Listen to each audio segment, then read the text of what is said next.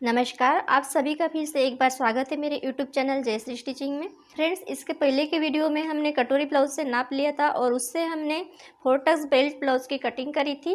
तो वो वीडियो अगर आपने नहीं देखी तो उसका लिंक मैं डिस्क्रिप्शन बॉक्स में दे दूँगी, आप वहाँ देख सकते हैं।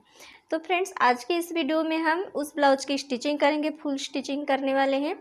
देखिए, वीडियो के दौरान मैं आपको बहुत सी टिप्स देते रहती हूँ कटिंग और स्टिचिंग से संबंधित, ब्लाउज़ की फिटिंग से संबंधित या फिर ब्लाउज़ की सिलाई करते समय हमें किन बातों का ध्यान रखना होता है।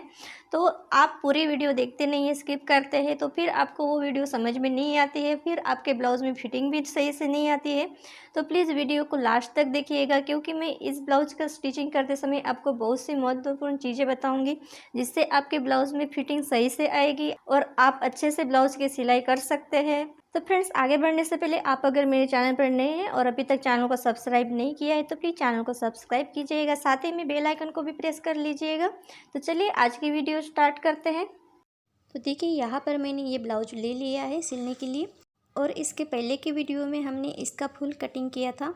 अब देखिए, सबसे पहले हम जैसे कि मैं आपको हमेशा बताती हूँ कि हमें सबसे पहले पीछे का पल्ला रेडी करना चाहिए और उसके बाद ही आगे का पल्ला। तो आज हम सबसे पहले आस्तीन रेडी कर लेते हैं और उसके बाद हम पीछे का पल्ला रेडी करेंगे। तो यहाँ पर देखिए, मैंने आस्तीन ले ली है। देखिए, आस्तीन को हमने जब कटिंग किया था, मेन फैब्रिक हमारे पास कम था तो हमने छोटी छोटी पट्टियाँ निकाली थी अलग से। तो यहाँ पर हम इसको उन पट्टियों को अटैच कर लेंगे। तो यहाँ से देखिए, जॉइंट मैंने खोल दिया है। अब पट्टी लेंगे और पट्टी की सीधी साइड को सीधी साइड के ऊपर रखेंगे और इस प्रकार से इसको साइड में हम जोड़ देंगे। तो इससे हमारी आस्तीन में ये बराबर हो जाएगा। तो ये देखिए, सीधी साइड के ऊपर मैंने सीधी साइड रखी है बराबर। तो आपको इसी प्रकार से, अगर आपके पास कपड़ा कम है आस्तीन के लिए, तो इस प्रकार से आप अलग से पट्टियाँ जोड़ सकते हैं और आपको उल्टी सीधी साइड को ध्यान में रखते हुए ही उन पट्टियों को जोड़ना है।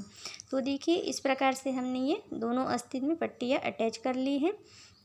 अब इसके बाद हम इसका अस्तर वाला पार्ट लेते हैं आस्तीन का और इसको हम देखिए बराबर इस तरह से मिला के रखेंगे नीचे की तरफ।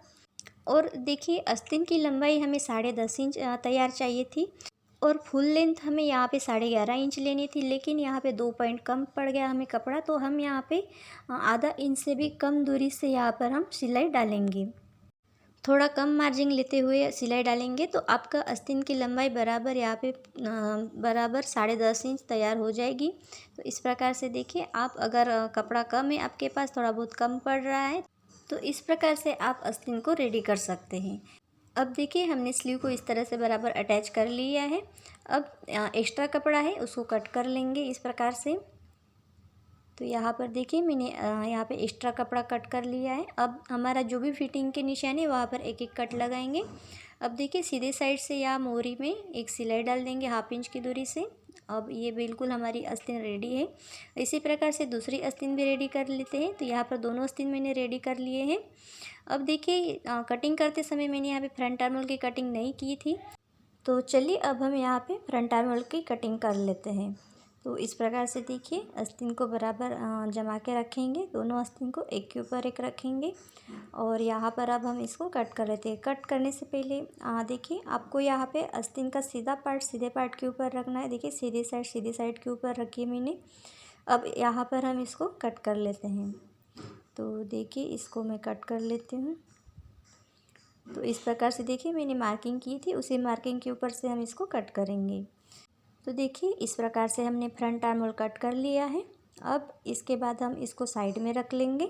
अब इसके बाद हम पीछे का पल्ला सबसे पहले रेडी करेंगे और उसके बाद ही हम आगे का पल्ला रेडी करेंगे। तो यहाँ पर देखिए, मैंने सीधी साइड इस प्रकार से ऊपर की तरफ रखी है और उसके ऊपर मैंने अस्तर वाला पार्ट रखा है और यहाँ पर देखिए, हम इस प्रकार से एक एक पिन लगा देते हैं।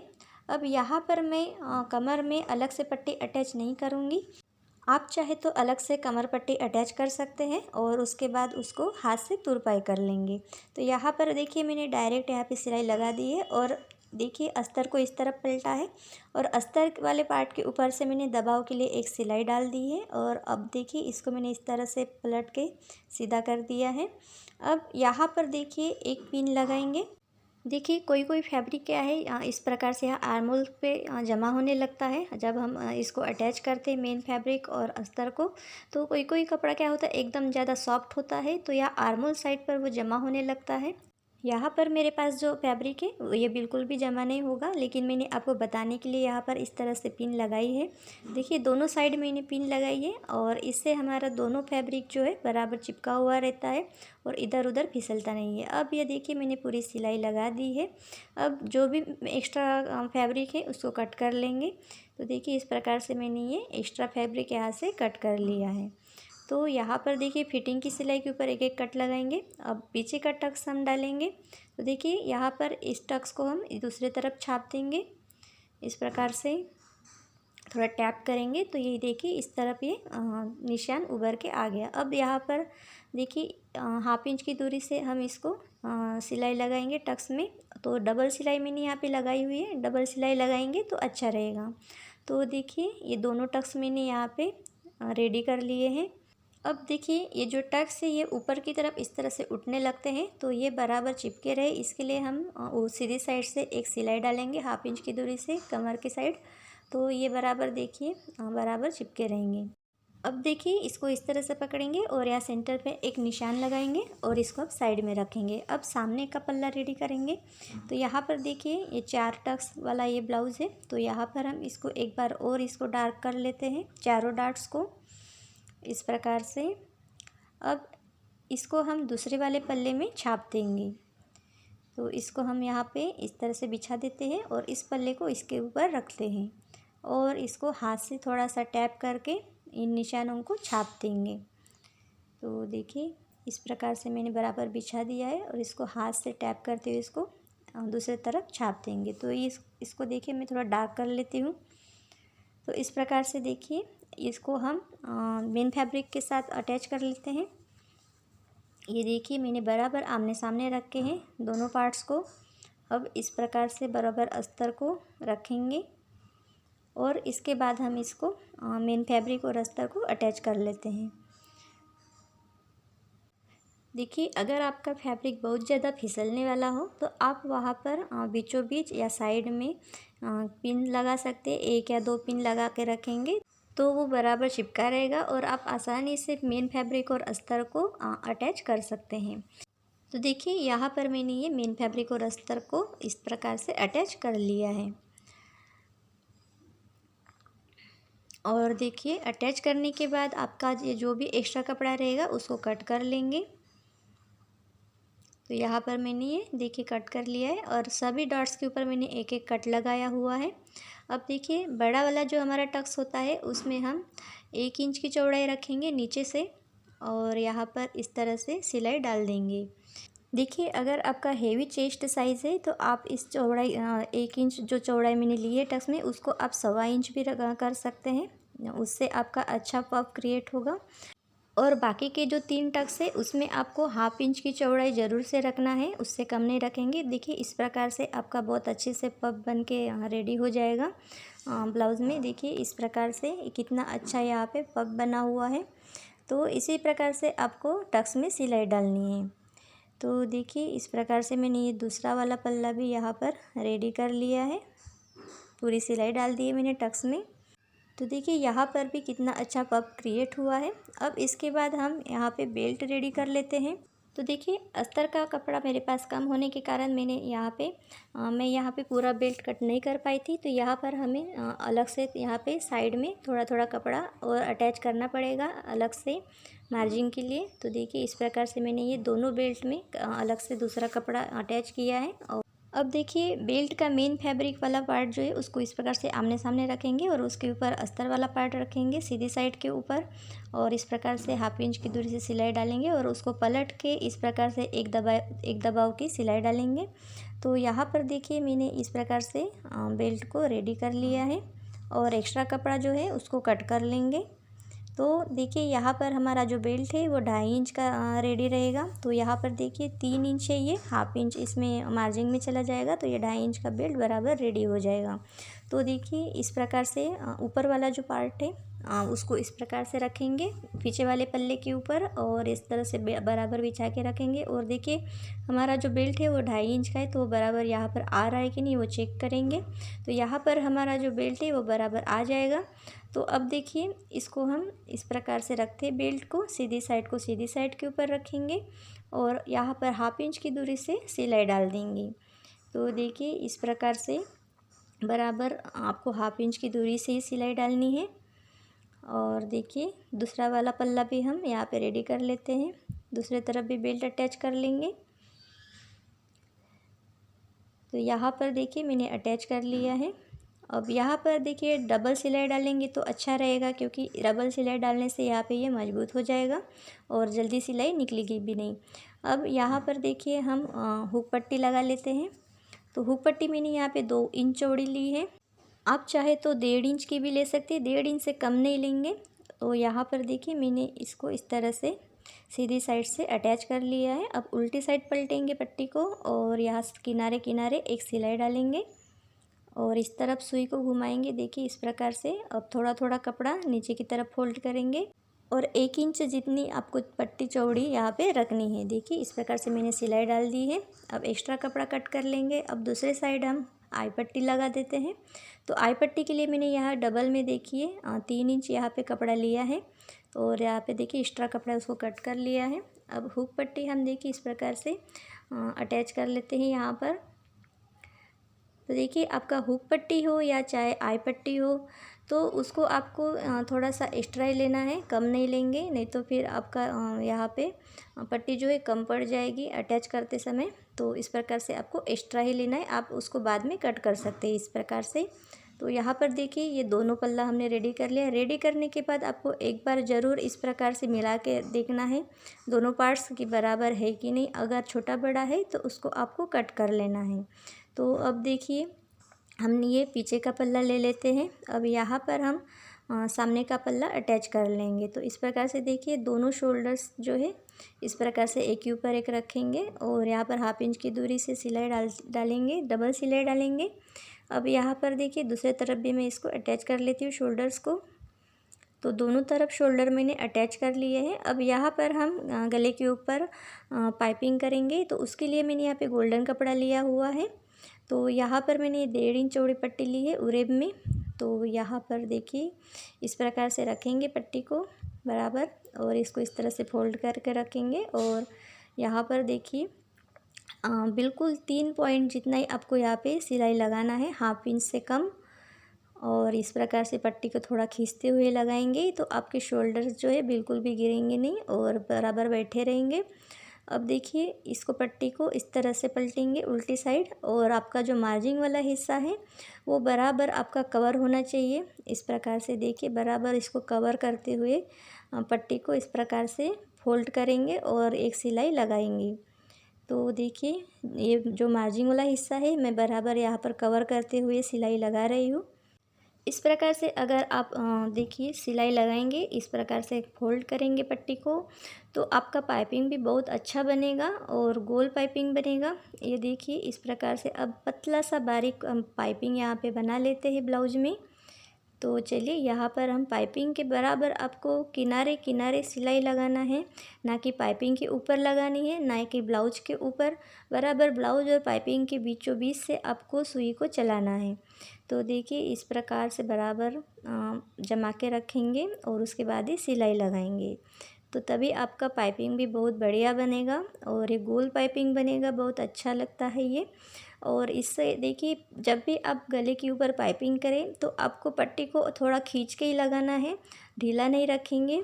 और ख़ास करके तो शोल्डर के ऊपर से आपको थोड़ा अच्छे से खींच के ही लगाना है पट्टी को, तभी आपके शोल्डर जो है टिके रहेंगे कंधे के ऊपर, नहीं तो वो शोल्डर्स गिरने की समस्या भी आती है।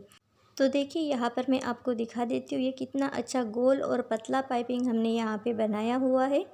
तो चलिए अब पाइपिंग बनाने के बाद हम फिटिंग की तरफ चलते हैं ब्लाउज की। तो यहाँ पर अब हम ब्लाउज की फ़िटिंग कर लेते हैं। तो देखिए इस प्रकार से जो हमने यहाँ पे पीछे के पल्ले में सेंटर पे मार्किंग की थी, तो वो जो निशान है बीच वाला सेंटर वाला उसको इस वहाँ पे इसको इस तरह से बराबर मिला के रखेंगे। और देखिए आपका जो भी कमर का 4 पार्ट है उसको यहाँ पे एक निशान लगाएंगे फोर्थ पार्ट का, और यहाँ बाकी का जो एक्स्ट्रा कपड़ा है वो मार्जिन का रहेगा। तो यहाँ पर हम इसको देखिए बराबर जमा के रखेंगे साइड से, और जो भी एक्स्ट्रा कपड़ा है उसको कट कर लेंगे। ऊपर से भी बराबर कर लेंगे, आगे पीछे ना हो, छोटा बड़ा ना हो पीछे का और आगे का पल्ला। अब इसके बाद हम यहाँ पे चेस्ट का फोर्थ पार्ट ले लेते हैं। 36 इंच चेस्ट है तो उसका फोर्थ पार्ट लेंगे 9 इंच, और यहाँ पर एक कट लगा देते हैं। देखिए इस प्रकार से। अब देखिए पीछे का और आगे का पल्ला दोनों कट्स आपके बराबर आमने सामने आना चाहिए। देखिए इस प्रकार से। अब इसके बाद में आपको बहुत ही ज़रूरी चीज़ यहाँ पे बताने वाली हूँ। देखिए आर्मोल भी आपको यहाँ पे चेक कर लेना है। मेरे ब्लाउज़ में 8 इंच आर्मोल है, तो ये बराबर 8 इंच आ रहा है। आपका जितना भी हो आपका उतना आना चाहिए। तो देखिए आर्मोल चेस्ट आपको बराबर यहाँ पे चेक कर लेना है। और देखिए दोनों तरफ हम इस प्रकार से मार्किंग कर लेते हैं। चेस्ट का फोर्थ पार्ट लिया है मैंने यहाँ पर, और नीचे की तरफ देखिए कमर का भी आपको यहाँ पे निशान लगा लेना है, कमर का फोर पार्ट और 3 इंच मार्जिन। तो इसी प्रकार से दोनों साइड आपको बराबर आगे और पीछे का पल्ला बराबर करना है। सबसे पहले फिटिंग की सिलाई डालने के पहले और आस्तीन लगाने से पहले। तो एक एक काम आपको करना है। देखिए आगे पीछे का दोनों पल्ला आपको इस प्रकार से बराबर कर लेना है, और इस तरफ का भी हम आर्मोल यहाँ पे चेक कर लेते हैं। तो आप यहाँ पर देखिए 8 इंच ये बराबर आ रहा है, हाफ इंच छोड़ के। तो इस प्रकार से दोनों तरफ मैंने ये बराबर कर लिया है दोनों पल्लों को।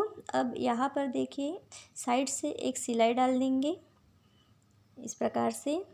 अब इसको उल्टी साइड पलट देते हैं, और उल्टी साइड से हम किनारे किनारे एक सिलाई डाल देंगे। अब इसके बाद देखिए कमर का फोर पार्ट लेंगे। 31 इंच कमर है तो 7.25 इंच पर इस तरह से एक निशान लगाएंगे। अब यहाँ पर इस प्रकार से चेस्ट का जो हमारा फिटिंग का निशान है वहाँ पर भी एक मार्किंग कर लेंगे। अब यहाँ पर देखिए इस प्रकार से पकड़ेंगे और ऐसे इसको नापेंगे बराबर 8 इंच आ रहा है कि नहीं, इसको भी चेक कर लेंगे। क्योंकि देखिए यहाँ पर हम पहले फिटिंग कर रहे हैं और उसके बाद आस्तीन को अटैच करेंगे, तो हमारा आस्तीन बराबर इसके अंदर फिट होना चाहिए। इसके लिए हमें यहाँ पे इस प्रकार से पूरे आपकी जो मेजरमेंट्स है उसको बराबर चेक कर लेना है, और उसके बाद ही आस्तीन को अटैच कर लेना है फिटिंग करने के बाद। तो इस प्रकार से देखिए हम यहाँ पे सबसे पहले ब्लाउज की फ़िटिंग कर रहे हैं, उसके बाद ही हम आस्तीन को अटैच करेंगे। तो देखिए एक साइड की मैंने फ़िटिंग कर ली है, दूसरे साइड की भी मैं यहाँ पे फ़िटिंग कर रही हूँ। अब देखिए इस तरह से मैंने सीधे साइड से सिलाई डाल दी है। अब इसको पलटेंगे और इसको देखिए यहाँ पे आई पट्टी को छोड़ के हमें चेस्ट का फोर्थ पार्ट लेना है दूसरी तरफ, और यहाँ पर देखिए इस प्रकार से कमर का भी फोर्थ पार्ट मैंने ले लिया। तो इस प्रकार से देखिए दोनों निशानों को मिलाते हुए हम फिटिंग की सिलाई डाल देंगे,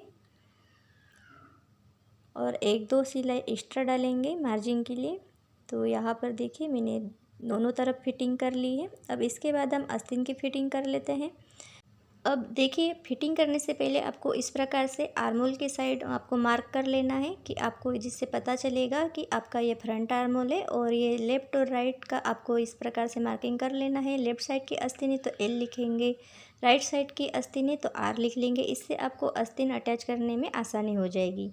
नहीं तो क्या होता है कि आप कन्फ्यूज हो जाते हैं कौन सी आस्तीन किस तरफ की, ये हमें जल्दी से पता नहीं चलता। तो यहाँ पर देखिए आस्तीन को मैंने सीधे साइड से एक सिलाई लगाई थी, और उसको पलट के मैंने देखी इस प्रकार से किनारे ऐसे कि एक सिलाई डाल दी है। अब मोरी का मार्किंग कर लेंगे। 5.5 इंच मोरी, तो 5.5 इंच पर निशान लगाया है, और आर्मोल है 8 इंच, तो 8 इंच पर इस तरह से मैंने मार्किंग कर ली है। अब दोनों मोरी और आर्मोल के निशान को इस तरह से मिलाते हुए एक सिलाई डाल देंगे फिटिंग की, और इस प्रकार से देखिए मैं 1-2 सिलाई और डाल दूँगी मार्जिन के लिए। तो इस प्रकार से मैंने इसका फिटिंग कर लिया है।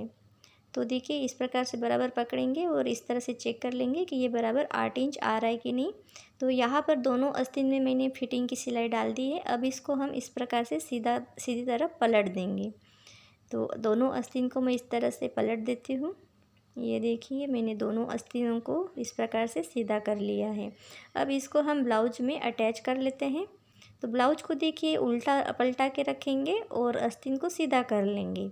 और देखिए ये लेफ़्ट साइड की आस्तीन है जो हमने लिख के रखा था, और यहाँ पर देखिए आस्तीन को इस तरह से सीधी साइड से ऊपर की तरफ निकालेंगे इस होल से, और और फिटिंग वाले सिलाई का जो जॉइंट है वहाँ पर रखेंगे, देखिए इस प्रकार से। और जॉइंट से जॉइंट मिला के रखेंगे आस्तीन का और ब्लाउज का। और यहाँ पर देखिए बराबर जितना आपका मार्जिन आप लेते हैं उतना ही मार्जिन से आपको सिलाई चलानी थी। यहाँ पर देखिए 1/2 इंच की दूरी से मैं ये सिलाई डाल रही हूँ। और ये देखिए सेंटर का जो कट है आस्तीन का, इसको बराबर शोल्डर के ऊपर मिला के रखेंगे और सिलाई लगाएंगे। नहीं तो क्या होता है, आपका जो आस्तीन का जो सेंटर वाला कट होता है वो शोल्डर के आगे पीछे मतलब चला जाता है, तो वो आपका जो आस्तीन का फिटिंग जो है वो बराबर नहीं आएगा।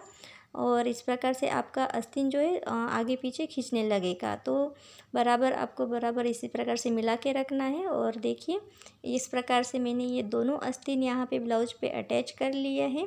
तो देखिए दूसरा आस्तीन जो मैंने अटैच किया था तब उस समय मेरा कैमरा जो है वो ऑफ़ हो गया था, तो उस कारण से वो पार्ट आप यहाँ पे नहीं देख पाएंगे, तो उसके लिए मैं आपसे माफ़ी चाहती हूँ। तो फ्रेंड्स इस प्रकार से देखिए हमने ये पूरा ब्लाउज़ रेडी कर लिया है। तो आपको ये वीडियो कैसी लगी प्लीज़ कमेंट बॉक्स में कमेंट करके बताइएगा। और अगली वीडियो आप किस टॉपिक पे देखना चाहेंगे प्लीज़ कमेंट करके बताइएगा। और सिलाई से संबंधित आप मुझसे कुछ पूछना चाहते हैं तो कमेंट बॉक्स में कमेंट करके बता सकते हैं, पूछ सकते हैं। अगर आप किसी टॉपिक के ऊपर वीडियो देखना चाहते हैं तो मैं वो वीडियो बनाने की ज़रूर कोशिश करूँगी। तो फ्रेंड्स आज की वीडियो में बस इतना ही, मिलते हैं अगली वीडियो में। Thank you.